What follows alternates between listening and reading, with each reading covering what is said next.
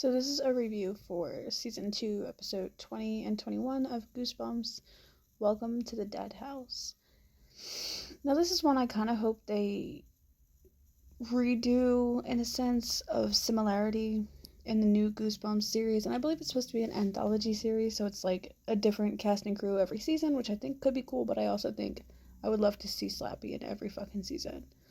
But welcome to the Dead House, part 1 and part 2. Say teenagers Amanda and Josh move into a rundown industrial town where a dark secret about the local chemical factory is concealed by creepy neighbors. Part 2. Mr. Downs provides a sketchy excuse for Dark Falls chemical factory accident, and Amanda and Josh discover the sinister truth when the family dog Petey suddenly goes missing. So I don't know if it was ever fully said, but this town is like zombies. It's zombies. And if they're not zombies, I don't know what they're supposed to be. But I'm 100% sure it's fucking zombies. And you could say ghosts, but no, it's fucking zombies. Anyway, not the point. This family moves into this house, and this whole town is gray. Like, you can tell everything is muted out in this town. It's fucking gray. That was the first sign that something is ominous and creepy. But yeah, you can tell everything is gray. The mom hangs up this wreath that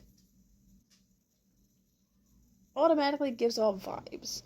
For some people it's sketchy vibes, for some people it's not, but for me it was just but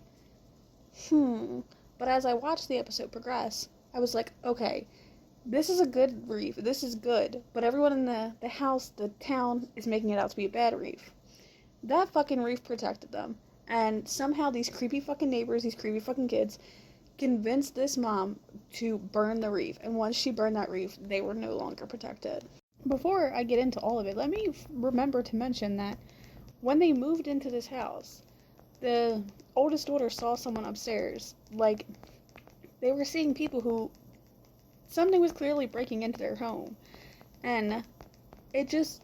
I couldn't. I fucking couldn't. Especially because the dog went missing. Everything went missing. It was just huh? And now, back to jump in the story. These zombies, creatures, they need the blood of the humans to stay alive.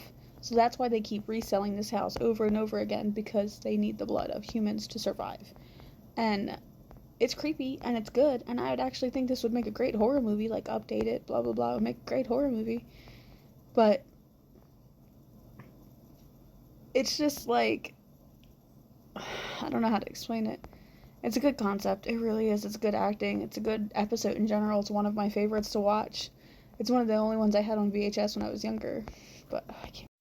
There's a scene later in the episode where the horde is closing in on the family, and one of the teenagers goes, "Don't fight it." I don't remember the girl's name. "Don't fight it." I think it's Amanda. "Let us feed and we can be friends forever," or some shit like that. It really makes me think of the scene in Return of the Living Dead 2 when the boyfriend wants to eat the girl's brains, and he's like, "Don't fight it, I only want to eat your brains, I love you." And I'm just so the episode close to ends with the family getting away because they open the windows and the light burns these things. But the one thing I think I don't like about this episode is it doesn't give enough detail on how they became what they were. Yes, it does explain a chemical accident, but for me, I was just I was not satisfied with that answer. So in the end of the episode, the very end, the twist of all twist is they find their dog Petey and they let him in the car as they're driving away, and he turns out to be one of the dead, which I think is really cool and funny.